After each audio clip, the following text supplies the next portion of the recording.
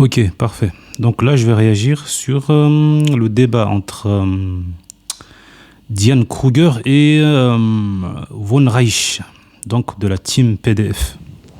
Bonsoir. Ah, allô, tu m'entends? Oui, je t'entends bien. Et toi, est-ce que l'écho n'est pas trop désagréable? Non, là, il y a un écho, là. Ouais. On est bien d'accord. Oui, malheureusement, il y a un écho, mais je ne peux rien y faire. C'est mon Attends, installation. tu veux que j'essaie de descendre et de remonter, peut-être? Ah, mais ça ne sert à rien. Je veux pas te faire perdre du temps parce que tu vas remonter, il va y avoir le même écho, ça va être affreux. Je suis désolé. Mais juste avant, il y était pas, hein. Oui, c'est parce que tu étais en bas. Il y a que quand tu es dans le panel que tu as l'écho. Et tout le monde là, tout le temps. Et j'ai tenté de relancer mon live, j'ai tenté de changer mon micro, j'ai tenté de mettre des filtres anti-écho, j'ai tenté de changer mon micro physiquement. Le seul truc que j'ai pas encore tenté de faire, c'est changer de carte son. Donc c'est la prochaine étape. Bah ouais, non, pas de problème. Ok, j'ai bien compris. Ouais. Non, moi je t'ai monté très rapide parce que, bon, déjà, pour comprendre un petit peu s'il y avait un sujet initial qui avait été entamé, puis que tu voulais continuer, ou est-ce que... parce que moi je t'ai entendu parler un petit peu de morale, si je me trompe pas. Oui, tout à fait, on a parlé un petit peu de morale. J'ai pas eu le temps de vraiment lancer un sujet ce soir. Vous avez été très réactif pour monter, donc j'ai pas du tout eu le temps de lancer quoi que ce soit, donc c'est un plaisir. Donc si tu veux parler de morale, on parle de morale. Alors déjà, pour commencer, donc on commence tout de suite. Hein. La première chose que je remarque quand il monte, la première chose qui a l'air de l'intéresser, c'est la morale. Le sujet de la morale. Comme c'est bizarre. Comme dirait Zemmour, comme c'est bizarre. Non, sérieusement. Donc voilà, c'est leur... apparemment, c'est leur sujet de prédilection. Si on peut dire ça comme ça. Donc ils parlent de morale. Et je t'ai entendu parler de morale. Donc je suppose que c'est ça qui l'a fait monter. Alors, je ne sais pas encore si j'ai bien compris pourquoi ils parlent de morale tout le temps. Je ne sais pas pourquoi ils ont cette obsession de la morale. Je sais pas pourquoi. Je sais pas si c'est quelque chose que j'ai bien compris, mais là, je vais laisser la vidéo continuer. On va écouter un peu et on va voir si on peut comprendre au fil de la discussion pourquoi est-ce qu'il parle de morale ou est-ce qu'il y a autre chose qui l'intéresse. Enfin, je sais pas. Bref, on va commencer. On va écouter un peu. Je sais pas, tu as un sujet de base ou... Non, ce soir je voulais faire de la lecture coranique, mais finalement ça se mue en débat, tu vois, c'est pas une mauvaise chose non plus. De la lecture coranique. Ouais, je fais un peu de lecture des textes et des exégèses et je pète un peu les plombs parce que ça a tendance à être très abscon, très compliqué pour pas grand chose et c'est très divertissant ceci dit. Ok, puis au-delà du divertissement, la finalité de ces actions, elle se trouve où? Oh, tu sais, moi je suis un singe, hein. L'objectif c'est plus de divertir qu'autre chose. Surtout de me divertir moi, dans le sens où c'est un passe-temps, en fait. Moi je fais ça parce que j'aime bien. J'adore le côté débat. J'aime bien cet aspect joute verbal, cet aspect d'essayer d'avoir une parole impeccable, d'essayer de bien comprendre la personne qui est en face de toi. Je trouve ça très enrichissant, en fait. Et j'ai vraiment plus, tu vois, ce côté, un peu enfantin qui est j'essaye de te comprendre et en essayant de te comprendre, j'essaye de questionner ton point de vue pour voir à quel point il est solide et d'aller frapper là où je sens que c'est fragile, pas pour te ridiculiser ou quoi, non, juste pour comprendre vraiment si c'est une fragilité ou si c'est juste moi qui comprends pas. D'accord, ok. Bon, j'ai compris sans trop comprendre, dans le sens, bon, ok, tu t'adonnes à une activité, ça te divertit, moi j'ai pas de problème. Moi au contraire, en fait, moi ce genre de discussion, moi je les trouve pas particulièrement divertissantes. Moi je me divertis dans d'autres activités. Par contre, ce qui me pose problème, c'est que on a, en fait, selon moi, en fait, on est en train de considérer qu'un échange a pour but uniquement de s'échanger des propos et puis de comprendre la position de l'autre et puis voilà, ça s'arrête là. Pour moi, ça va au-delà. Un échange, à la base, c'est un objectif qui est un peu plus fondamental dans le sens où si je discute avec toi, c'est que j'ai un intérêt à discuter avec toi. Or, moi, mon intérêt, par exemple, face à quelqu'un, je sais pas si toi tu le fais, mais j'ai cru comprendre que oui, qui apporte une critique, par exemple, je sais pas, alors moi, à titre personnel, je suis musulman, donc je vais parler d'islam, mais qui apporte une critique, par exemple, vis-à-vis de l'islam, eh ben, cette personne-là va me poser ce problème dans le sens où ce qui va souvent amener en fait les discussions. En fait, on va souvent on va commencer par la discussion en disant voilà, moi je critique l'islam, pour moi voilà, si ça. Puis à la fin, eh ben, ce qui va souvent se passer, c'est on va rejeter. Et tu l'as mentionné plusieurs fois, et j'ai vu, je crois, 2-3 vidéos passer un petit peu où je t'ai aperçu. On va souvent rejeter la véracité d'une chose de par le jugement moral qu'on lui attribue. Il a dit quoi? Qu'on va souvent rejeter quelque chose de par le jugement moral qu'on va lui donner. C'est ce qu'il vient de dire. Je sais pas si j'ai bien entendu. Et c'est un peu l'argument des athées, parce que moi je croise très très peu d'athées qui font vraiment un développement assez rationnel, assez logique, fondé sur des prémices qui justifient, etc. Sur voilà pourquoi une chose ne peut pas être vraie, voilà pourquoi une chose peut être vraie. Souvent c'est un argument voilà émotionnel. Je suis contre la peine de l'apostasie parce que pour moi c'est mal de retirer la vie à quelqu'un. Je suis contre le fait qu'un homme puisse avoir 4 femmes et pas l'un parce que j'estime que l'égalité doit être parfaite au sein d'une cohésion sociale. Donc en fait, moi ma question pour en venir à tout ça, c'est par exemple lorsque toi à titre personnel tu parles de morale, t'entends quoi par la morale? Ça fait beaucoup de points à aborder, mais je vais juste répondre à ta question. Je pense que c'est le plus simple. Moi, ce que j'entends par la morale, c'est un concept déjà qui tout simplement, qu'est-ce que tu entends par morale? Moi, c'est un concept qui est très flou, que j'ai beaucoup de mal à définir, parce que j'ai l'impression qu'il y a plusieurs sens. Il est polysémique. Et même moi, la manière dont je l'utilise au quotidien, il y a cette forme de polysémie, parce qu'il y a la morale que j'utilise pour choisir choisir entre guillemets, hein, c'est plus constater selon mon point de vue actuel ce qui est bien et ce qui est pas bien. Et puis il y a le mot moral que j'utilise plus en parlant typiquement de la morale religieuse, qui est plus une norme sociale. Et pour moi déjà c'est deux choses qui sont fondamentalement différentes. Donc duquel est-ce que tu préfères parler, sur lequel est-ce que tu me questionnes? Ok, donc là c'est super intéressant.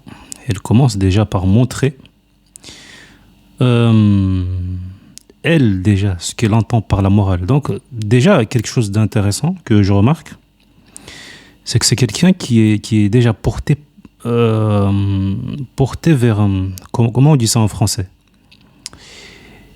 Elle est portée vers la nuance, c'est-à-dire elle a le sens de la nuance, voilà. C'est-à-dire quand il lui pose la question, c'est quoi pour toi la morale? Elle ne s'est pas précipitée à tout de suite vouloir blablabla dire des trucs, non. Elle réfléchit en fait. C'est-à-dire que là, la plupart des gens auraient balancé tout de suite ouais, moi la morale c'est ça. Mais elle, on voit elle cherche vraiment la précision de la définition. C'est-à-dire qu'elle n'est pas pressée de dire tout et n'importe quoi pour voilà, elle fait attention aux mots, elle fait attention au sens des mots, parce qu'elle sait que beaucoup de gens se font prendre dans le piège des sens des mots. En fait, la morale d'un point de vue religieux, elle n'est pas définie uniquement par le temps dans lequel elle est prescrite. Hein. Ça c'est faux. Hein. En islam, la morale, c'est pas une question, c'est pas une notion relative. En islam, la morale. Attends, excuse-moi, j'arrive. Je change juste de réseau. Attends 2 secondes.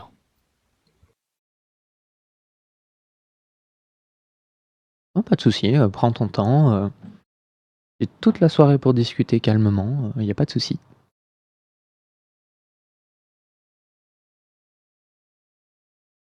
Mais la question de la morale, c'est une question qui revient souvent et qui est très intéressante, je trouve. Donc vas-y, je t'écoute.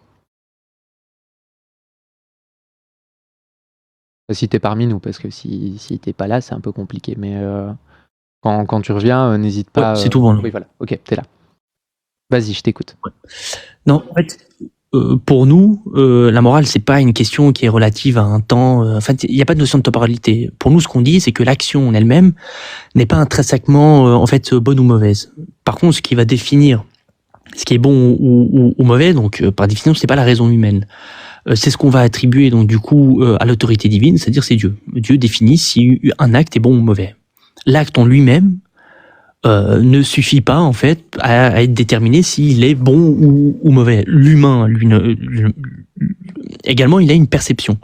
Il peut avoir une perception, on va dire, intuitive, et il peut facilement intégrer des notions comme la justice, la bienveillance, etc. Mais il ne peut pas de manière absolue déterminer par lui-même si un acte est bon ou mauvais. Ça, c'est la première des choses. Ok, je me permets de t'arrêter là, comme tu dis que c'est la première des choses. Garde bien en tête la suite de ton raisonnement. Du coup, tu dis que une action en tant que telle n'est pas intrinsèquement bonne ou mauvaise. Ça, on est d'accord sur la prémisse. Mais la question que j'ai plus envie de te poser, moi, comme tu as dit tout à l'heure que tu pouvais répondre à la question de Ferme ton mic, qui était une question très intéressante, c'est, selon toi, comment est-ce que Dieu décide de ce qui est bon et de ce qui est mauvais? Quel est le critère que Dieu utilise? En fait, premièrement, le critère suffisant, je pourrais citer que lui, c'est simplement sa volonté. Il décide de par sa volonté d'attribuer des conséquences positives ou négatives à une action. Il aurait très bien pu décider que manger des plantes vertes soit un bien en soi, ou manger des pommes de terre soit un mal en soi. En fait, c'est une question qui est relative uniquement à la volonté de Dieu. Par définition, si tu acceptes les prémices que c'est un être nécessaire qui a créé toute chose et qu'il a créé donc les actions comme les conséquences, et donc il peut très bien attribuer des conséquences aux actions, puis ça en fait comme il le veut, quoi, comme il l'entend. Pour ça, il faut que j'accepte que Dieu est un être nécessaire. Alors oui, effectivement, pour savoir ce qui est bien ou mal, si on prend en compte le fait que c'est Dieu qui dicte ce qui est bien ou mal, il faut d'abord accepter, effectivement, que Dieu existe, que c'est lui qui a créé l'univers, etc., etc. Oui, ça c'est évident. Donc là, elle n'est pas partie du principe qu'elle doit croire en Dieu d'abord. C'est-à-dire qu'elle, si j'ai bien compris, elle est partie du principe qu'elle considère que ce qu'il dit est vrai. Donc ce qu'on appelle la preuve par l'absurde. C'est pour ça qu'ils n'ont pas encore parlé de sa croyance, de la croyance de Diane, si elle croit en Dieu ou pas. Mais on va écouter ces arguments pour voir si finalement ils vont partir sur le débat sur l'existence de Dieu ou bien le débat sur l'existence de la morale. On va continuer à écouter un peu.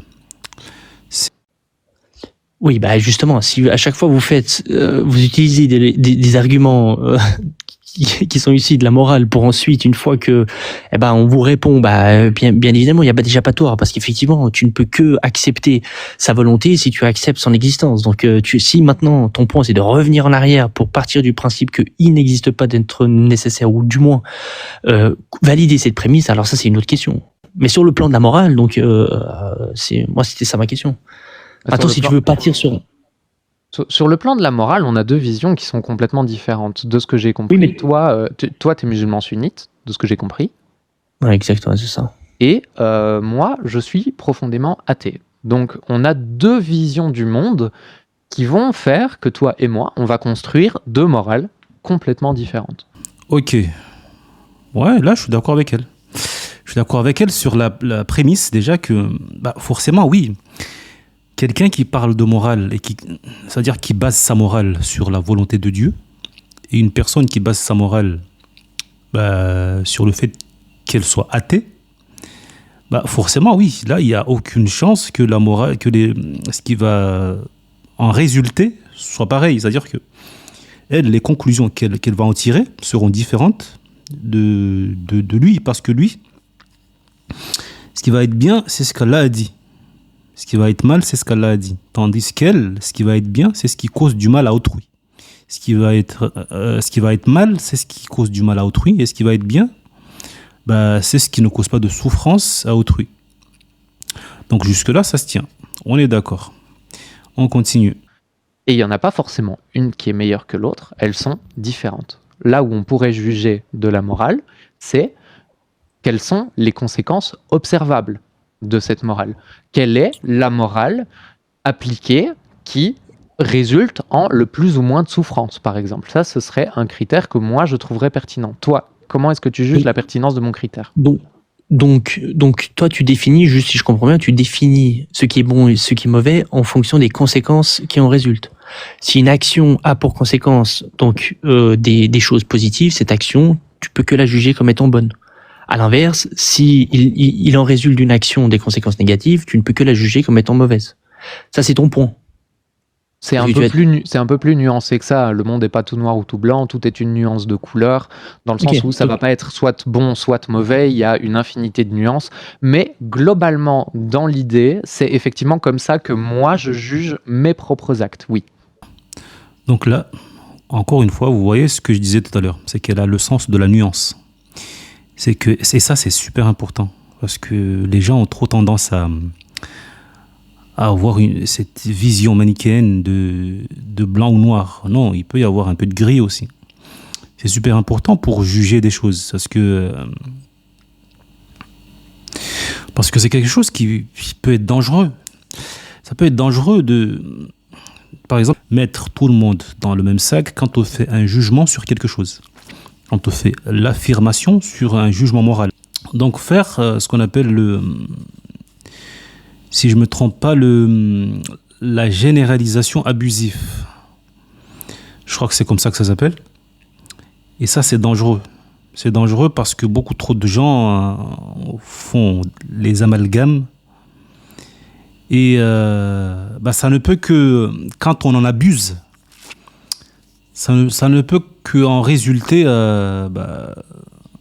des conséquences mauvaises, voire dramatiques de temps en temps, parfois. Voilà.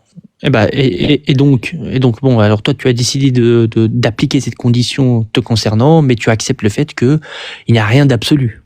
Si je comprends bien, il n'y a pas un mal absolu, un bien absolu. Absolument. Pour moi, c'est ce qui est très drôle comme réponse à ta question.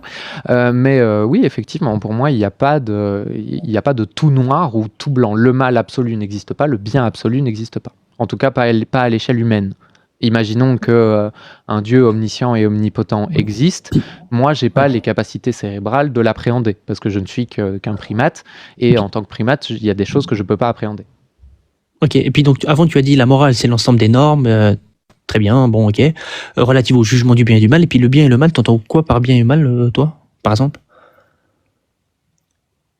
Le bien, pour reprendre un petit peu justement l'argumentaire que je développais juste avant, étant donné que moi je juge par rapport aux conséquences d'une action, je vais plutôt juger a posteriori. Alors déjà, elle a un vocabulaire assez avancé, hein.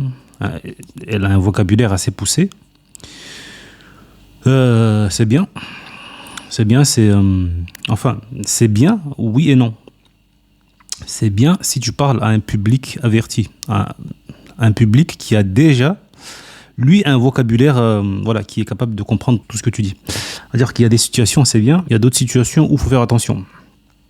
C'est-à-dire qu'il faut essayer au maximum possible d'avoir un vocabulaire accessible, c'est-à-dire accessible au public qui vous écoute. Pourquoi ? Parce que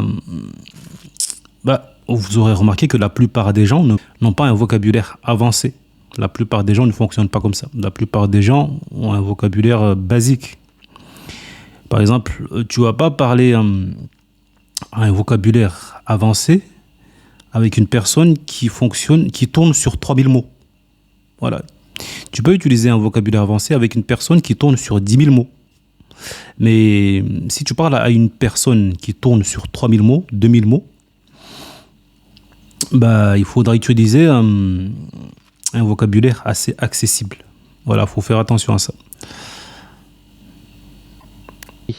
Donc quelqu'un qui va poser un acte qui aura de bonnes conséquences, je considérerais cet acte comme plutôt bénéfique, et quelqu'un qui va poser un acte qui aura des conséquences négatives, je vais considérer cet acte comme étant plutôt mauvais. Maintenant, ça va aussi dépendre d'autres choses, parce que la morale, je peux pas la réduire à un critère, c'est beaucoup trop complexe.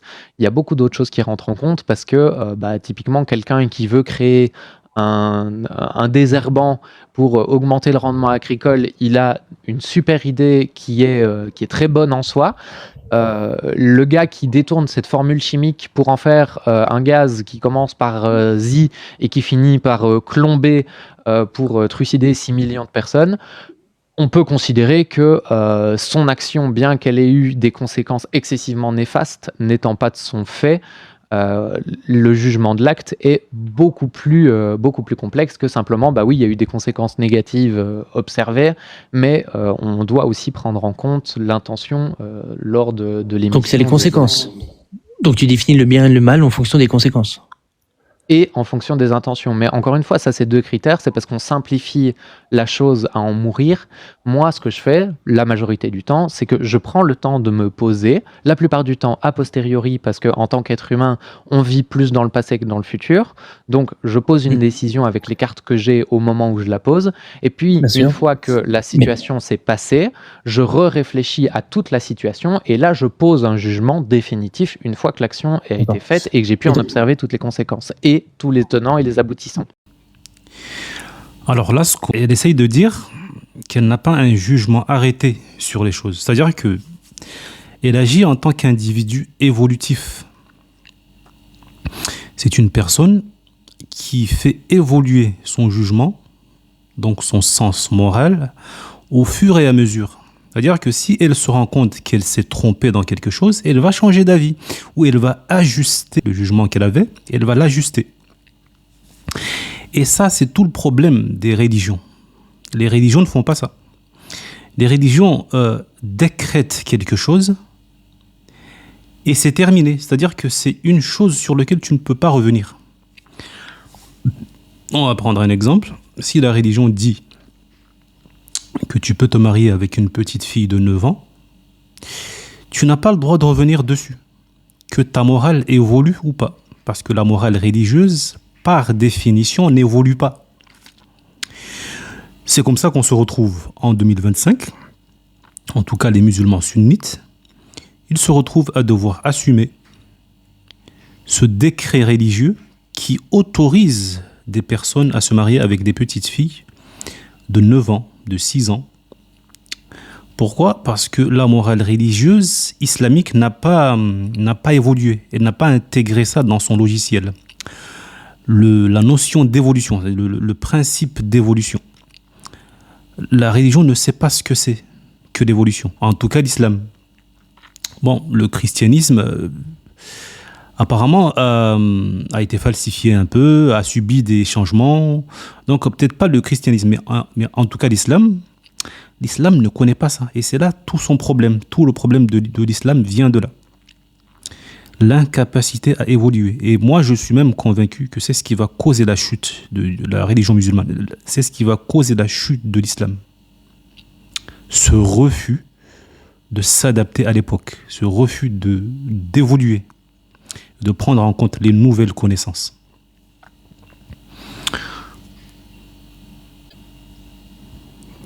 Mais donc, comme tu n'as pas une morale absolue, comme ton jugement de ce qu'un acte représente, donc s'il est bon ou mauvais, dépend, un, des conséquences, et deux, tu as cité quoi ? Tu as dit de l'intention. Donc, comme fondamentalement il n'y a rien d'absolu, tu ne peux pas prouver, par exemple, que ta position est supérieure à celle d'un croyant, par exemple. Tu as une position selon tes critères, mais elle n'est pas supérieure nécessairement à celle d'un croyant. Exactement.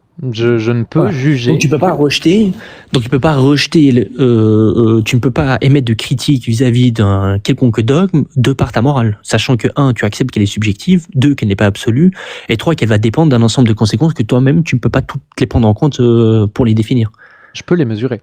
Je peux prendre le temps d'y réfléchir et de poser un avis que je vais essayer d'être le plus objectif possible. Et je ne me gêne pas d'ailleurs. Je le fais. Que ça soit pour mes actes ou pour les actes des autres. Moi, la Ok, phrase donc que je non. déteste, la phrase que je déteste le plus, c'est on ne te juge pas. Moi, je pars du principe que cette phrase-là, elle est un peu hypocrite. Et moi, je pars du principe que je juge les gens, je juge leurs actes. Mais par contre, mon avis n'est jamais définitif. Je suis ouverte à l'idée de me tromper. Je suis ouverte à l'idée d'avoir tort.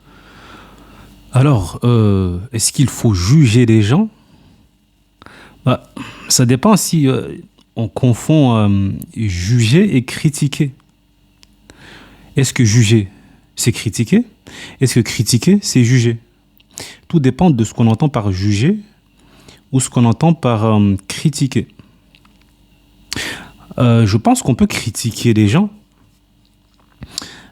sans que ce soit une critique. C'est-à-dire qu'une critique n'est pas forcément négative. Tu peux émettre un jugement ou une critique sur une personne sans forcément être dans le négatif. C'est-à-dire que tu peux faire une critique constructive.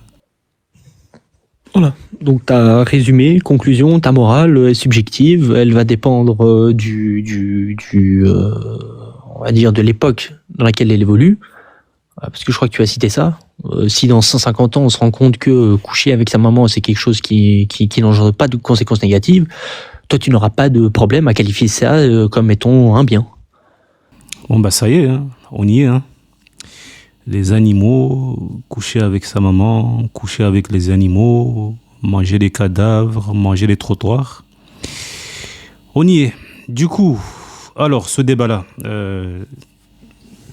je me disais bien qu'ils allaient finir par en arriver là.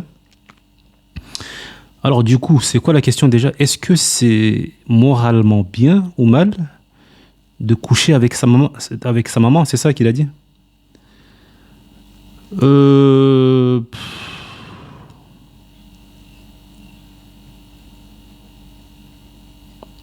Alors, je me souviens que Jack Le Fou a déjà répondu à cette question.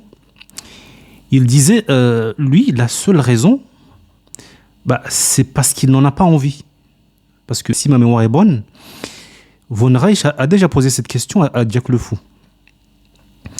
Il lui avait demandé, est-ce que coucher avec sa maman, c'est bien ou mal? Si je me trompe pas, hein, dites-moi si je me trompe, si c'était un autre débat, mais il me semble qu'il lui avait déjà posé cette question. Et je crois qu'il lui avait dit que non, moi, le seul critère que je prends pour juger de ça, c'est l'envie. Donc il disait que je ne veux pas coucher avec ma maman juste parce que je n'en ai pas envie.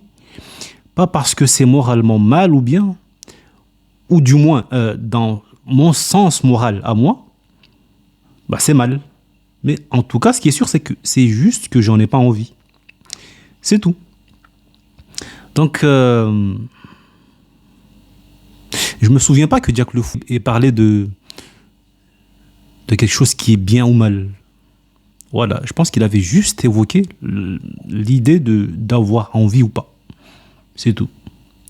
Et ça rejoint un discours général de Jack Le Fou, qui est que l'homme décide de lui-même, en fait, de ce qui est bien ou mal. C'est-à-dire que l'homme construit sa propre morale. Il n'a pas cette imposition de devoir la tirer d'un être divin. Il peut construire lui-même sa propre morale. Décider de lui-même de ce qui est bien ou mal. Donc être son propre Dieu. En gros, ce qui veut dire, c'est que c'est comme si que l'homme, c'était lui Dieu. Comme il dit aussi par rapport à Bakounil, je crois que c'est Bakounil qui dit ça, le philosophe russe, que si Dieu est le maître de l'homme, l'homme est esclave. Et comme l'homme ne peut pas être esclave, eh bien, il en résulte logiquement que Dieu ne peut pas exister. Parce que l'homme ne peut pas être esclave. Donc ça rejoint un peu cette idée l'idée de savoir ce qui est bien ou mal. Est-ce que coucher avec sa maman, c'est bien ou mal? Donc, moi, de mon côté, qu'est-ce que je répondrais à ça? Honnêtement, j'ai jamais réfléchi à cette question. J'ai jamais réfléchi à cette question-là, parce que vous vous doutez bien que ce sont des questions qu'on ne pose pas tous les jours. Donc, forcément, ça demande une réflexion un peu plus longue. Mais en tout cas, pour donner une réponse purement logique et rationnelle, si on se base sur une morale religieuse, enfin, je veux dire, la religion, je crois que la religion et l'athéisme se rejoignent sur cette question. Dans les deux terrains, je pense qu'ils ont la même morale. Je crois que la religion dit pareil que l'athéisme, ou l'absence de croyance, que coucher avec sa maman, c'est pas bien, c'est mal. Voilà, ce que je veux dire, c'est qu'il n'y a pas de divergence dessus entre la religion et la non-croyance. Je pense qu'ils se rejoignent à peu près sur ce point-là, que c'est quelque chose de mal, c'est pas forcément bien. En tout cas, on connaît pas beaucoup de gens qui couchent avec leur mère ou qui... Voilà, on connaît pas ce genre de choses à notre époque. Donc je pense que plus ou moins tout le monde est d'accord là-dessus, que ce soit religieux ou pas, je pense que tout le monde se rejoint là-dessus, que c'est quelque chose de pas bien, que c'est pas... Voilà, quoi. Voilà, les gens n'ont pas envie de faire ça, en général. Vous m'avez compris. Bon, on continue.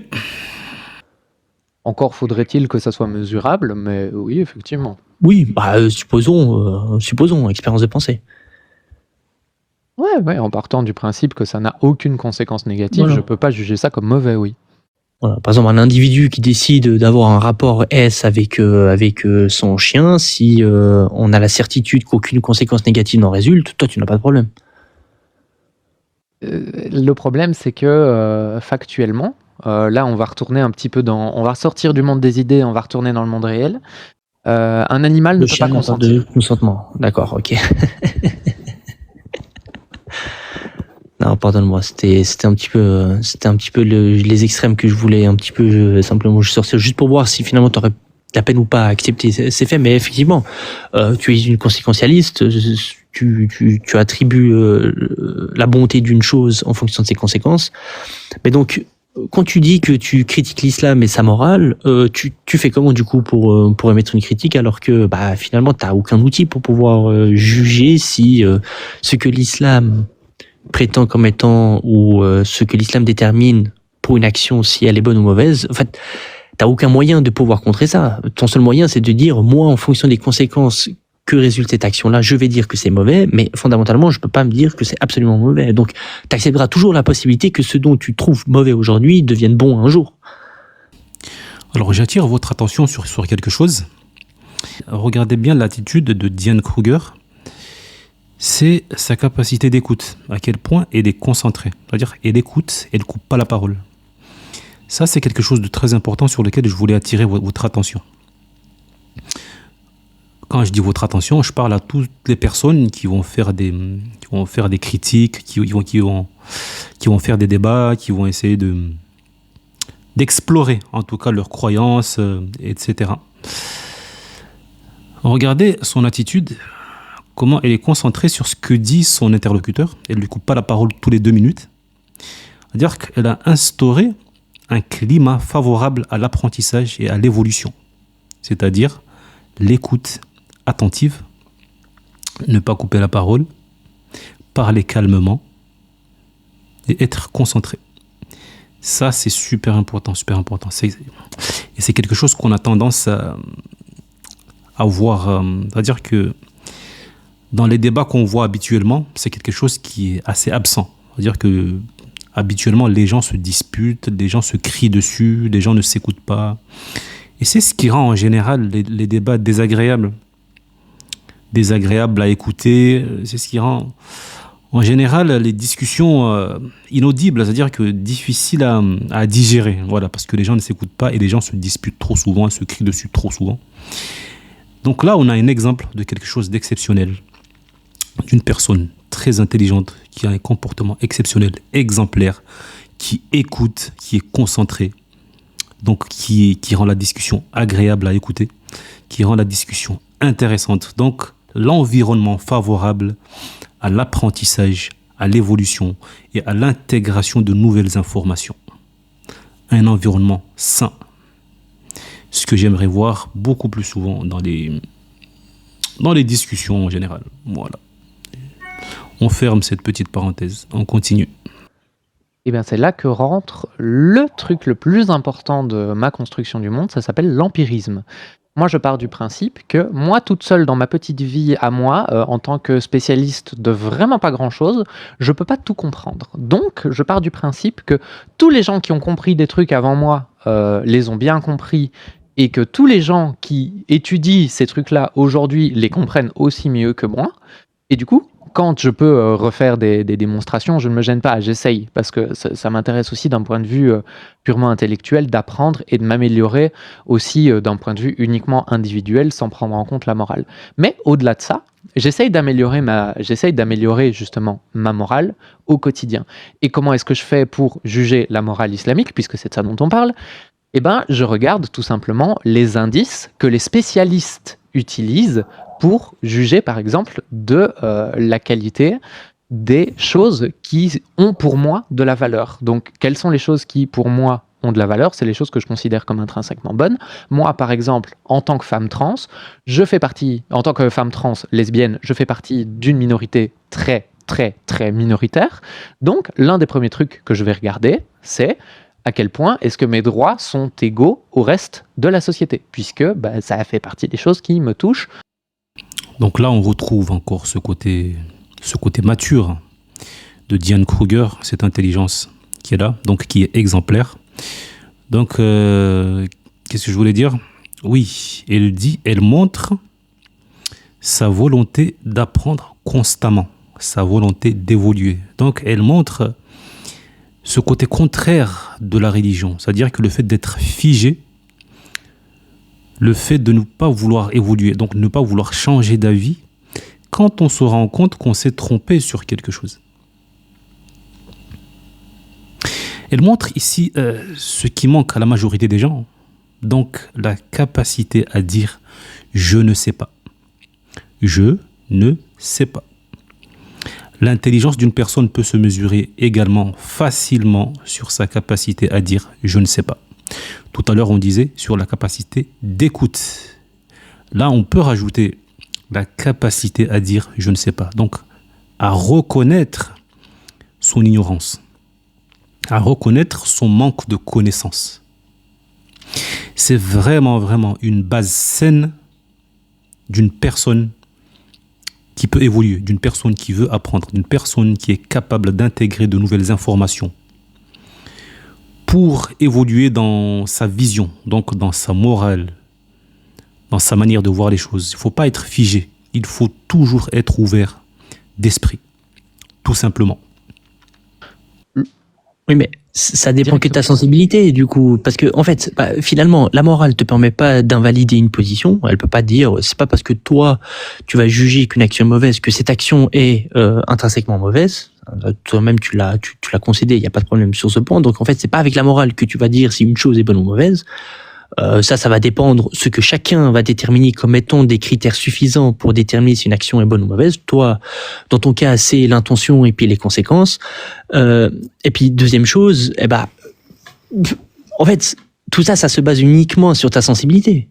Tout ce que toi, tu vas... Parce que déjà, en plus, tu me dis que tu fais un acte de foi envers des spécialistes, c'est-à-dire que tu t'en remets à une autorité ou à des gens que tu juges compétents pour ensuite fonder ton avis, qui va aussi être impliqué, où il y a aussi également ta sensibilité qui va être impliquée. Donc, grosso modo, est-ce qu'on peut très bien conclure que la morale ne permet pas d'invalider, par exemple, je sais pas, la position d'un croyant vis-à-vis d'une action, si elle est bonne ou mauvaise?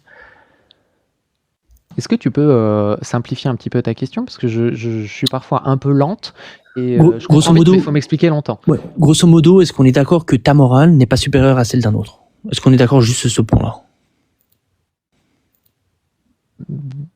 Ça dépend, mais ça serait comparable. Si tu veux, on peut prendre le temps de comparer sur un point précis ma morale et la morale islamique. On peut faire cet exercice si tu veux. Mais à quoi bon, vu que tout ça dépend que de ta sensibilité? Alors, il a dit, est-ce que tu considères que ta morale est supérieure à une autre? Alors là, cette question, comment dire? Vous répondriez quoi à ça, vous? Si quelqu'un vous demande, est-ce que vous considérez que votre morale est supérieure à celle d'un autre? Vous répondriez quoi, vous, personnellement? Parce que moi, là, dit tout de suite, là, je dirais que y a des situations où, oui, c'est possible que je considère que ma morale soit supérieure à quelqu'un d'autre. Si je vois une personne en face de moi qui fait de la merde, Bah, je dirais que sur ce point-là, oui, mon sens moral est supérieur au sien. Mais après, supérieur ou inférieur, ça encore, c'est subjectif. Qu'est-ce qu'on considère comme chose supérieure et qu'est-ce qu'on considère comme chose inférieure? Qu'est-ce que ça veut dire? Qu'est-ce qu'on entend par là, par supérieur ou inférieur? Est-ce que c'est subjectif? Est-ce que selon moi, quelque chose peut être supérieur, mais selon quelqu'un d'autre qui est juste à côté de moi, peut considérer que non, en fait, c'est... Je sais pas si vous voyez ce que je veux dire.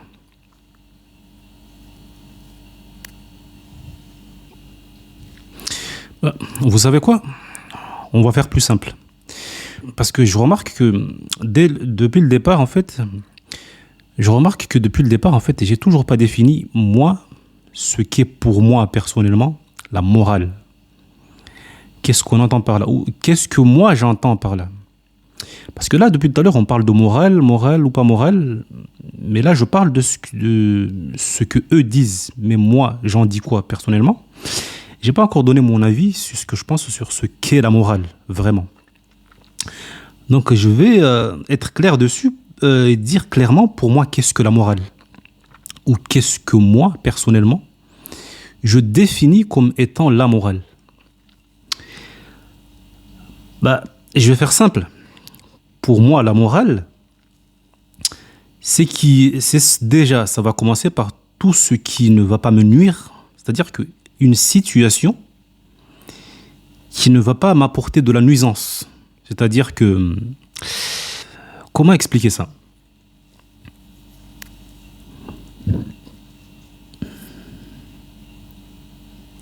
Bah, on va prendre l'exemple de... Si, par exemple, j'ai besoin dans la vie de m'en sortir. C'est-à-dire que je vais faire quelque chose dans ma vie pour m'en sortir. Comment je vais m'y prendre? Alors, dans le schéma classique, les gens font la chose la plus simple, c'est que les gens vont travailler. Voilà. Mais si on est dans une situation où il y a un problème à l'embauche, c'est-à-dire que quelqu'un qui n'arrive pas à trouver de travail, moi, personnellement, oui, je vais déjà commencer par les voies qui ne vont pas nuire aux autres. C'est-à-dire aller travailler. Voilà. Et je ne vais pas aller braquer une banque. Aller braquer une banque, je sais que c'est quelque chose qui va nuire aux gens. Donc, ça va causer de la nuisance à autrui. Donc là, la morale va entrer en jeu. Qu'est-ce que je fais? Je vais travailler, comme tout le monde, ou bien je vais prendre la voie de la facilité, je vais braquer une banque, je vais devenir riche, je vais me faire de l'argent, et c'est fini. Et je fais ma vie tranquillement. Qu'est-ce que je fais? Bah, oui, là, je vais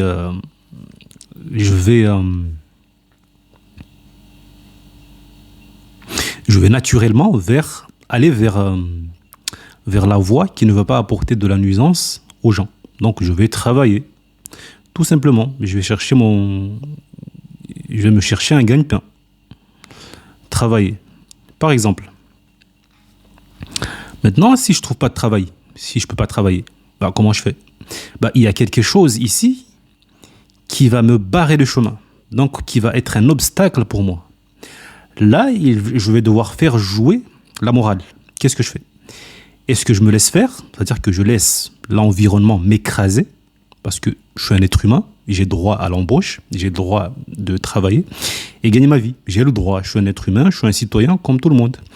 Mais si la vie me met des bâtons dans les roues, comment je réagis? Là, mon sens moral va me dire qu'il va falloir que je réagisse. Je dois réagir ici. Donc, je vais faire quelque chose qui va dégager cette chose qui me barre la route. Donc, cette chose qui me met des bâtons dans les roues. Là, je peux, par exemple, aller vers l'option de braquer une banque. Ce qu'on disait tout à l'heure. Maintenant, le problème, c'est que, moralement parlant, c'est quelque chose qui peut faire du mal aux gens. Braquer une banque. Ça veut dire que tu vas prendre des gens en otage ici. Ça, c'est le premier obstacle ça, c'est le premier problème moral qu'on va rencontrer. Donc moi, à ce moment-là, qu'est-ce que je fais? Je vais dire que ma morale va me guider vers une manière de faire qui fera en sorte que personne ne sera blessé. Donc, ici, comment on peut formuler ça de manière simple? C'est-à-dire que on va aller vers le principe du moindre mal. C'est-à-dire que dans le braquage d'une banque, je ne vais pas blesser des gens. C'est-à-dire que je vais faire en sorte que personne ne soit blessé. Alors évidemment, ce n'est pas si simple que ça. On peut arriver dans une situation où on se retrouve obligé de blesser des gens. Pour que les gens t'écoutent, pour que les gens t'obéissent. Tu peux te retrouver dans une situation où tu dois blesser des gens. Mais maintenant, va entrer la morale de manière précise ici. Comment tu vas blesser des gens? Est-ce que tu vas les blesser de manière grave ou de manière légère? Juste ce qu'il faut pour te faire obéir. Qu'est-ce que tu vas faire? Alors évidemment, moi, mon sens moral va me dire vas-y, mais vas-y mollo. Voilà, n'y va pas trop fort. C'est-à-dire ne va pas blesser des gens de manière grave pour te faire obéir. Donc ici on va voir la limite de mon sens moral. C'est-à-dire que ma morale va m'autoriser à aller braquer cette banque, à potentiellement blesser des gens, mais la limite va se poser sur comment on va blesser des gens. Si on est contraint, comment on va faire? Est-ce qu'on va aller loin? Toute la question est là. Est-ce que ma morale, mon sens moral personnel va me pousser à aller loin, à dépasser certaines limites ou pas? Eh bien, je vais être très clair. Moi, mon sens moral va me limiter dans mon action. Donc, je peux blesser quelqu'un de manière légère, mais je ne vais pas arriver dans la barbarie. C'est-à-dire que ma morale a une limite dans le niveau de réaction. C'est-à-dire que je peux blesser quelqu'un légèrement, mais je ne vais pas dépasser, je ne vais pas franchir la ligne de la barbarie. C'est-à-dire que je ne vais pas couper une jambe, je ne vais pas briser un membre, je ne vais pas...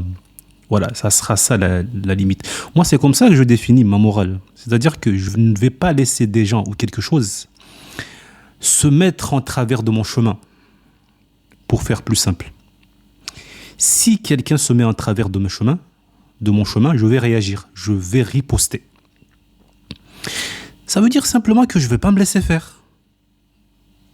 Donc ma morale ici va s'adapter à la situation, tout en posant une limite, c'est-à-dire la limite à ne jamais dépasser. Ne jamais verser dans la barbarie. C'est-à-dire qu'il ne faut pas abuser. Tu ne vas pas abuser. Parce que blesser quelqu'un légèrement pour te faire obéir, par exemple dans une prise d'otage, tu peux blesser quelqu'un légèrement. Voilà, c'est pas très grave, c'est pas dramatique.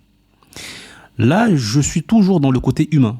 Mais si on verse dans la barbarie, là, on sort du côté humain. C'est-à-dire on n'est plus humain. Là, on devient un animal, on devient un monstre. Voilà, c'est-à-dire que là, on dépasse vraiment les limites. Donc moi, mon sens moral va m'empêcher de franchir cette limite. Je ne sais pas si je me suis bien fait comprendre. C'était un peu compliqué à expliquer parce que c'est la première fois que je fais ça, c'est la première fois que je parle de ça. Donc c'est pas facile à expliquer, donc j'espère que vous avez compris. S'il y a des choses que vous n'avez pas compris, vous pouvez donner vos avis dans les commentaires, me dire... comment vous réagissez, comment vous définissez votre sens moral. Voilà, ça peut me permettre aussi d'affiner moi-même ma pensée, mon raisonnement critique. Parce que c'est vrai que j'ai jamais réfléchi à ce sujet-là. J'ai jamais vraiment cogité à ce sujet de la morale. Mais là, si je donne vraiment mon avis objectif, là tout de suite, ouais, moi c'est comme ça que je définis la morale, en tout cas mon sens moral, à moi, personnellement. Voilà, j'espère que c'était pas trop compliqué à suivre, à comprendre. On continue le débat. Parce que comme ça, on voit si factuellement, avec mes propres critères, on arrive à une conclusion qui serait logique, qui serait, soit j'ai raison et mon système moral fonctionne bien, soit ça me donne tort et je dois changer de système moral. Qu'est-ce que t'en penses? Mais tu peux pas avoir raison, tu l'as dit avant. Non, tu acceptes nécessairement de te tromper. Donc, qu'est-ce que tu vas me dire? Ce qui est important, c'est que je sache si j'ai raison ou pas. Parce que si j'ai tort, je veux m'en rendre compte. Donc, est-ce que tu veux qu'on fasse l'exercice? Tu choisis un sujet, n'importe quel sujet, et je te déroule mon fil de moralité. et mes mesures pour vérifier si c'est bien ou si c'est pas bien. Et toi, on fait la même chose avec toi et on voit quelles sont les conclusions de nos deux raisonnements et on voit ce qui est le plus cohérent et ce qui fonctionne le mieux. En fait, il n'y a pas besoin d'aller là-dedans. Moi, on peut le faire si tu veux, mais il n'y a pas besoin d'aller là-dedans. En fait, Faisons-le. ton jugement moral va... Choisis un sujet. Donc, tu préfères éviter la question sur le principe qui fonde ta morale, tu préfères aller dans un cas un peu plus précis avec un exemple. À quelle question est-ce que j'ai pas répondu exactement? Mais non, c'est pas aux questions que tu n'as pas répondu, c'est ton principe même qui définit ta morale, c'est-à-dire ton jugement du bon et du mauvais. Tu as dit que ce sont les conséquences. Non, mais ensuite, tu as ajouté les intentions. On est bien d'accord. Les conséquences et les intentions. La première chose que j'ai dite, c'est que ma morale était impossible à résumer en un point. Et que fatalement, elle allait dépendre d'énormément de choses, parce que la morale, c'est excessivement complexe. Ensuite, je vais reposer ma question. Parce que tu m'as dit, tu évites la question. J'aimerais bien savoir quelle question j'évite. Bah c'est là, parce que tu as dit, c'est tellement complexe que je peux pas énumérer tous les critères qui fondent ma morale. Tu viens de dire. Donc tu es pas capable de justifier ta morale. C'est ce que j'essaie de mettre en avant, c'est tout. Mais si, je peux justifier ma morale. Alors donne-moi tous les critères qui déterminent ta morale, vas-y. Attends, je vais d'abord répondre à la première question. Je peux justifier ma morale puisque ma morale, elle est mesurable, elle est testable en amont de comment les choses se font. Donc je suis capable d'avoir un retour évolutif et donc d'accepter de me tromper. C'est ça qui est génial. C'est-à-dire que si mes critères moraux sont pas les bons, puisque j'ai une manière de les mesurer. Mais c'est quoi tes critères moraux ? Qui ne change pas en fonction du problème qui est en face. Les critères pour évaluer le fonctionnement de ma morale, ça va être est-ce que les conséquences sont plus positives ou plus négatives. Là, on est vraiment dans du conséquentialisme pur, quand on regarde la morale a posteriori. Très bien, ok. Bah vas-y, alors, ok, très bien. Donc, tu as dit que ce sont les conséquences que tu prenais en compte. Quand on est a posteriori, pas quand on est dans le processus de prise de décision, oui. En fait, je comprends ce que Von Reich essaie de dire. En fait, Von Reich cherche une morale absolue. Il cherche une explication absolue. Il cherche une justification absolue. Il cherche l'absolu dans tout, en fait. Or, Diane Kruger ne se fait pas prendre dans ce jeu. C'est-à-dire qu'elle ne joue pas à ça. Elle explique sans arrêt qu'elle est dans la nuance. Von Reich n'est pas dans la nuance. C'est tout le contraire de sa pensée. Lui, sa pensée se fonde sur l'absolu. Il faut absolument un absolu. D'où sa morale tirée de la religion. Parce que la religion a la prétention de l'absolu. Pas de la nuance, de l'évolution, de l'apprentissage. Vous voyez un peu où est le problème ? Parce que là, on les écoute depuis tout à l'heure, mais je pense que en fait, fondamentalement, c'est vraiment ça le problème. C'est qu'elle s'obstine à être dans la nuance, dans l'évolution, dans la prise en compte des situations, dans la prise en compte du contexte. Et lui, il s'obstine à avoir absolument une idée arrêtée, une opinion arrêtée, une justification arrêtée. Il ne veut pas de nuance, il ne veut pas d'adaptation selon la situation. Lui, il veut tout de suite, que tout soit absolu tout de suite, tout soit justifié tout de suite, sans chercher à détailler, à nuancer, vous comprenez ? Et je pense que ça, c'est vraiment son problème fondamental. C'est qu'il a vraiment du mal, avec la nuance, la précision, l'adaptation, la pragmatique.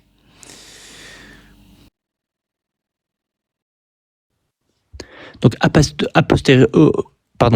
Donc, tu prends que les conséquences. Alors, prenons simplement la peine de l'apostasie, parce que c'est des sujets que vous aimez bien parler. Absolument. Donc, très bien, il y a aucun problème. On pourra prendre d'autres sujets de l'ordre bref, on va rester vraiment dans la peine. Ça, vous aimez bien parce que ça vous fait souvent pleurer.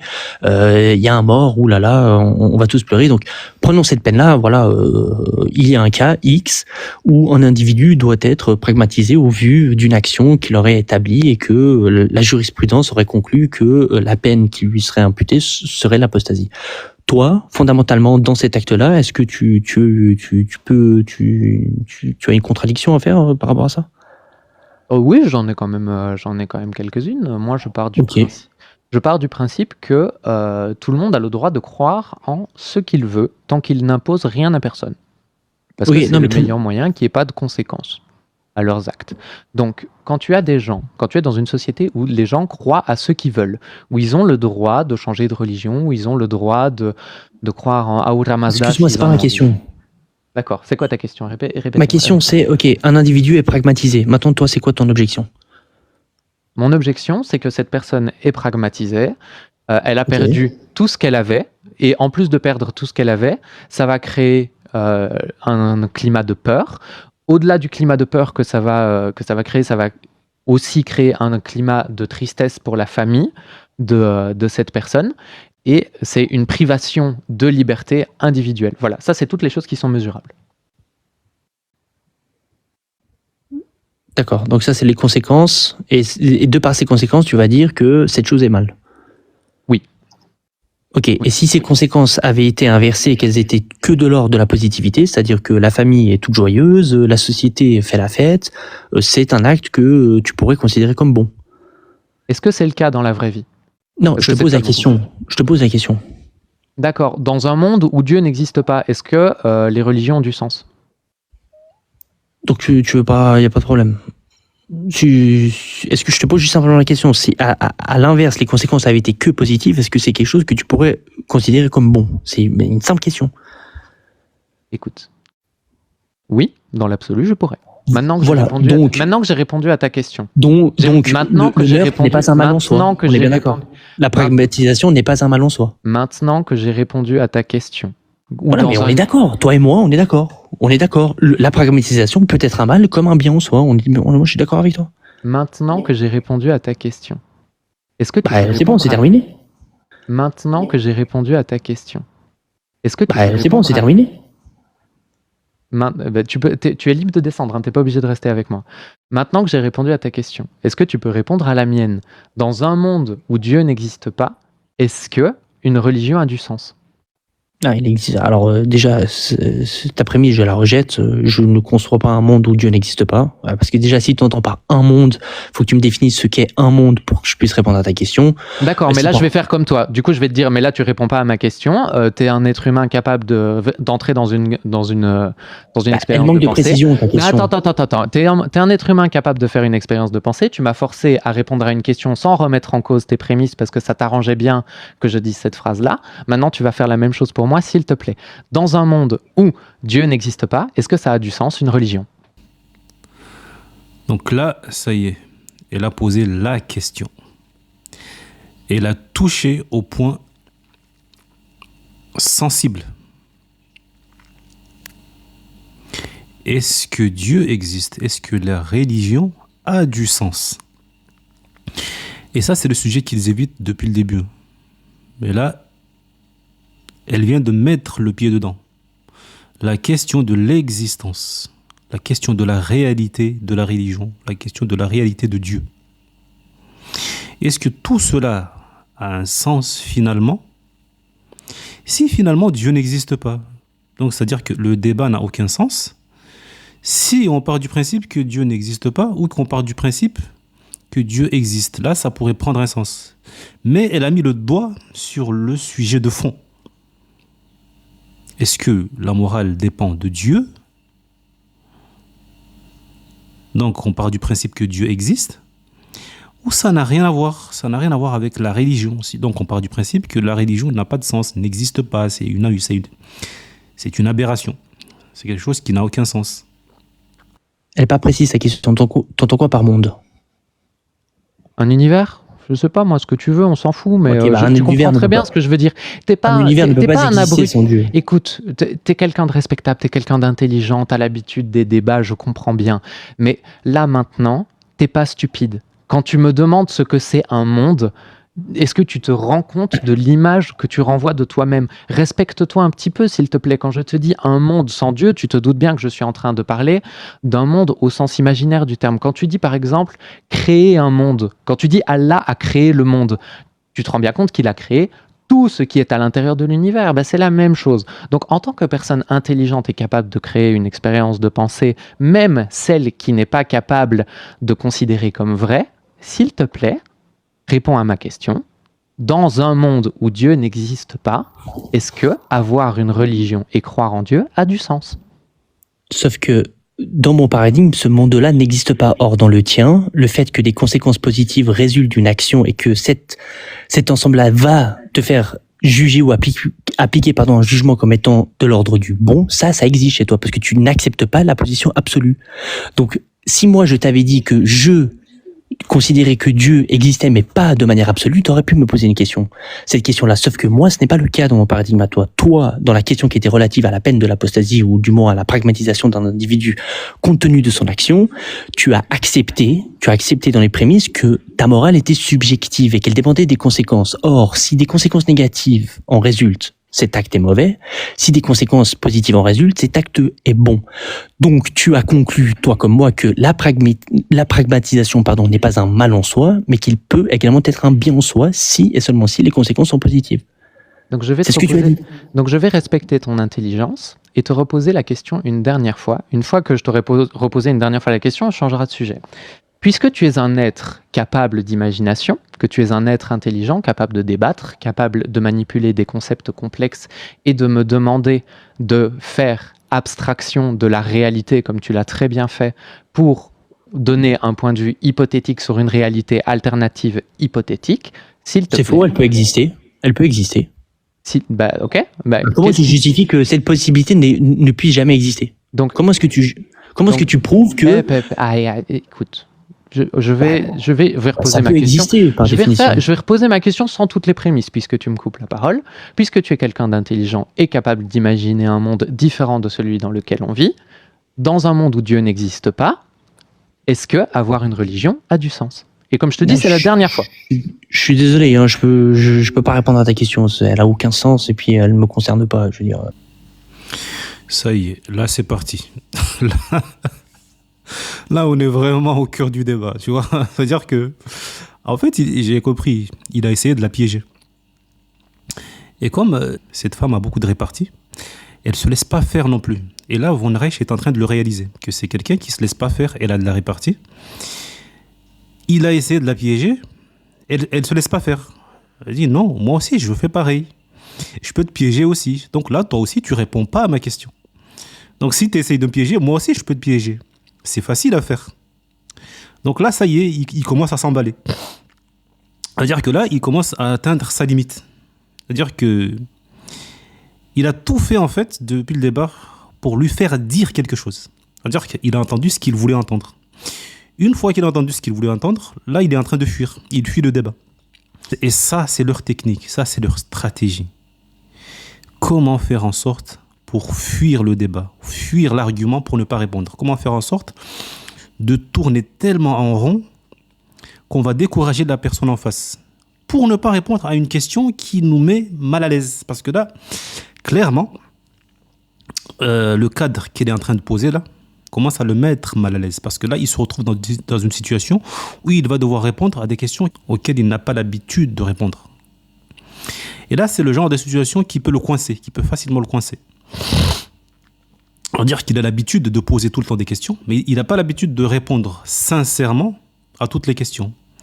Elle, tout ce qu'elle fait, elle finit toujours par répondre à toutes les questions. Là, lui, on voit qu'il a atteint une limite. Il arrive à une question où il ne veut plus répondre. Il veut commencer à fuir. Et je vous le dis tout de suite, hein, cette question le met très, très mal à l'aise. Et je ne sais pas s'il va répondre ou pas. Mais ce qui est sûr, c'est que cette question, il fait tout pour l'éviter. Là, il n'est pas bien, en fait. C'est-à-dire que... Pourquoi il fait ça? Von Reich sait que si jamais il répond à la question, il est lui-même pris au piège. C'est-à-dire qu'il ne peut plus faire ce qu'il fait d'habitude. C'est-à-dire que piéger quelqu'un dans un truc où il ne peut aller ni à droite ni à gauche. C'est-à-dire que mettre quelqu'un dans une situation où il doit répondre A ou B. C'est-à-dire qu'il n'y a pas un entre-deux. Répondre oui ou non. Il n'y a pas du gris. C'est noir ou blanc. Tu vois, c'est-à-dire... Et encore une fois, c'est le problème de tout à l'heure. C'est qu'il refuse la nuance. Lui, il ne veut que de l'absolu. Pourquoi il fait ça? Il sait que si jamais il admet un monde où Dieu n'existe pas, donc un monde où la religion n'a pas de sens, il va devoir prendre ses responsabilités. Il le sait. C'est pour ça qu'il ne veut pas répondre. Il va devoir assumer. Il va devoir devenir un adulte responsable. Donc, quelqu'un qui est capable d'agir de lui-même sans attendre une autorité divine. Donc, un adulte, tout simplement. Un adulte responsable. Il sait qu'il va devoir arrêter d'être un enfant de 5 ans. Il va devoir grandir. Il va devoir prendre ses responsabilités parce que sans Dieu, tu es responsable. Tu dois agir. Donc sans Dieu, tu es obligé de ne pas être lâche. Tu es obligé d'être un homme, de t'assumer, d'assumer tes positions, d'assumer ce que tu penses réellement. En fait, Dieu sert juste à ne pas s'assumer. Dieu sert juste de quelque chose derrière lequel tu te caches pour pas dire ce que tu penses vraiment, pour pas assumer, pour pas grandir, pour pas... C'est ça, c'est que Dieu est une excuse. Dieu est une tentative de rationaliser la lâcheté. Et c'est très confortable, ça. C'est très confortable. C'est pour ça qu'il ne veut pas répondre. C'est pour ça qu'il fuit absolument cette question. En fait, von Reich refuse l'expérience de pensée. C'est-à-dire que Diane Kruger est en train de lui demander d'imaginer un monde où Dieu n'existe pas. Donc, elle lui propose une expérience de pensée. Et c'est là qu'on voit, encore une fois, que la religion empêche de penser. La religion empêche l'expérience de penser. Pourquoi ? Parce que la religion sait très bien que l'expérience de pensée est la meilleure chose pour faire avancer les choses, est la meilleure chose pour faire avancer le monde, est la meilleure chose pour faire évoluer le monde. C'est la meilleure arme qu'il fait qu'on évolue, qu'on ne stagne pas. Einstein a fait évoluer le monde par des expériences de pensée. Et comme la religion ne veut pas évoluer, elle veut être figée, elle veut rester bloquée. Voilà pourquoi la religion empêche l'expérience de pensée. Elle considère carrément ça comme un crime. Réfléchir est interdit dans l'islam. C'est un péché de réfléchir. Je ne sais pas si vous réalisez ce délire. C'est-à-dire que dans l'islam, quand vous êtes quelqu'un qui réfléchissait, vous êtes vu comme une menace. Et surtout, quelqu'un qui réfléchit, il finit par quitter la religion, il finit par apostasier. Et ça, les religieux, ils le savent. Les religieux le savent, ça. Les imams, tous ces gens-là, toutes ces autorités, ils savent le danger de l'expérience de pensée, le danger de la réflexion, le danger de réfléchir. Quelqu'un qui réfléchit, il finit forcément par les rejeter. Rejeter les savants, rejeter les imams, rejeter le Coran. Il finit par rejeter Allah lui-même. Il finit par rejeter Mahomet. Il va forcément finir par apostasier. C'est pour ça que la religion criminalisera toujours le fait de réfléchir. La religion se sentira toujours menacée dans un environnement où la réflexion est un exercice. Alors, il ne conçoit pas un monde sans Allah, sans Dieu. Par contre, il conçoit très bien un monde où pragmatiser quelqu'un, sa famille peut être content, peut être joyeux. C'est-à-dire qu'une personne, on lui a fait du mal, on l'a pragmatisé, mais sa famille est content. C'est-à-dire que c'est quelque chose de complètement irrationnel. C'est quelque chose qui n'existe pas. Pourtant, il n'a pas du mal à le concevoir. Il met Diane Kruger dans une expérience de pensée dans laquelle on imagine quelqu'un qui s'est fait pragmatiser et que sa famille est content pour ça. On sait que ça n'existe pas. Toutes les personnes à qui on fait du mal, leur famille souffre. On le sait, ça c'est la réalité. Mais on ne connaît absolument pas une situation où une personne subit un mal et que sa famille est contente. Ça n'a aucun sens, ça n'existe pas. Ça, il le conçoit très bien. Par contre, un monde où Allah n'existe pas, il n'arrive pas à le concevoir. Enfin, c'est pas qu'il n'arrive pas, c'est qu'il ne veut pas. Voilà. Je l'ai expliqué tout à l'heure pourquoi il ne veut pas. Parce qu'il sait que c'est quelque chose qui va le pousser à être quelqu'un de responsable, à prendre ses responsabilités. C'est quelque chose qui va l'obliger à ne pas être un lâche, donc à assumer ses positions, à sortir de cette position du mollusque qui consiste à ne pas donner son avis, qui consiste à ne pas dire ce qu'on pense, clairement. Dire non, j'ai pas envie de répondre. Je réponds pas. j'ai pas envie de répondre. Comme tu veux, j'ai pas envie de répondre. C'est facile à faire ça. C'est ce qu'on appelle la position du mollusque. C'est-à-dire que tu refuses de prendre position. Pourquoi? Parce que tu fuis une question. Tu fuis la question. C'est une stratégie de fuite d'une question qui nous met mal à l'aise. Donc, je ne sais pas si vous voyez un peu sa manipulation. C'est-à-dire que quand il propose une expérience de pensée, la personne en face répond sans problème. Mais quand c'est à lui de répondre à une expérience de pensée, il fuit. Il se braque tout de suite. C'est là où on voit la perversité de la personne. Le côté pervers de cette équipe, certaines personnes de cette team PDF. Vraiment, ils utilisent beaucoup cette stratégie de fuite. Hein. Cette stratégie où tu te retrouves où tu fais en sorte de ne pas répondre à des questions qui te mettent mal à l'aise, qui te mettent dans une situation inconfortable, qui te mettent dans une situation où tu dois assumer ce que tu penses. Et à l'heure où dans tous les médias, on essaie de nous faire croire que le danger vient principalement de l'islam et des musulmans, et qu'on essaie de nous expliquer que l'identité nationale, elle est tout sauf musulmane, moi, j'ai envie de faire un témoignage. Et j'aimerais dire que moi, personnellement, j'ai jamais été un meilleur homme que lorsque j'étais dans l'application de ma religion. Et que moi, c'est ma croyance qui m'a sauvé. J'ai appris l'islam, cette religion honorable, de transmission orale auprès de gens bons et fiables. Elle m'a rendu ma fierté, m'a montré ce qu'était qu'un homme et comment affronter les démons qui nous talonnent. J'ai embrassé le chemin droit et délaissé les slaloms. Ceux qui m'ont éduqué, je remercie, je passe le salam à tous les musulmans de France, de l'Occident à l'Orient. Ceux qui se bamondent voudraient quitter en souriant.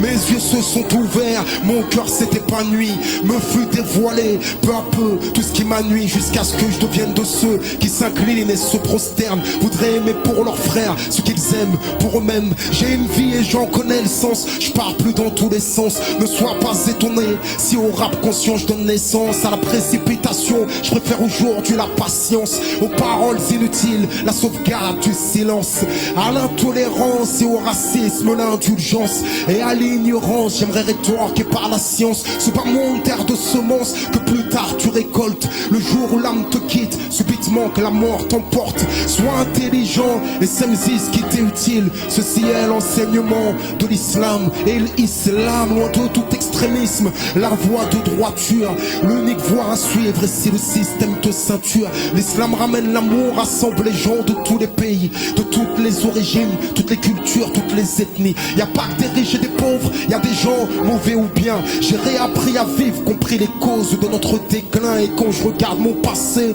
j'ai failli passer. Si je n'avais eu l'islam, moi, je me serais fait repasser. Ou la moitié de ma vie en prison, j'aurais passé. Pour ceux qui y sont passés, ici, j'ai une pensée. Et combien sont partis sans avoir eu le temps de se préparer, chargés de péché et d'injustice à réparer. Avant que la mort ne me vienne, faut que je répare les miennes. Si je veux récolter du bien, c'est du bien qu'il faut que je sème. Un jour je partirai, serai enveloppé d'un linceul au milieu de mes vêtements, dans un modeste cercueil. Et lorsque je serai mort et que cette chanson tu te remémores, sûrement quelques larmes viendront humecter ta mémoire. Maintenant tu sais d'où je viens, qui je suis et où je vais. Et pourquoi mes textes de sagesse sont imprégnés d'une famille plus proche d'être pauvre que d'être fortuné. 28 décembre 77, aux abîmes je suis né. Et à une date que j'ignore, un jour je partirai.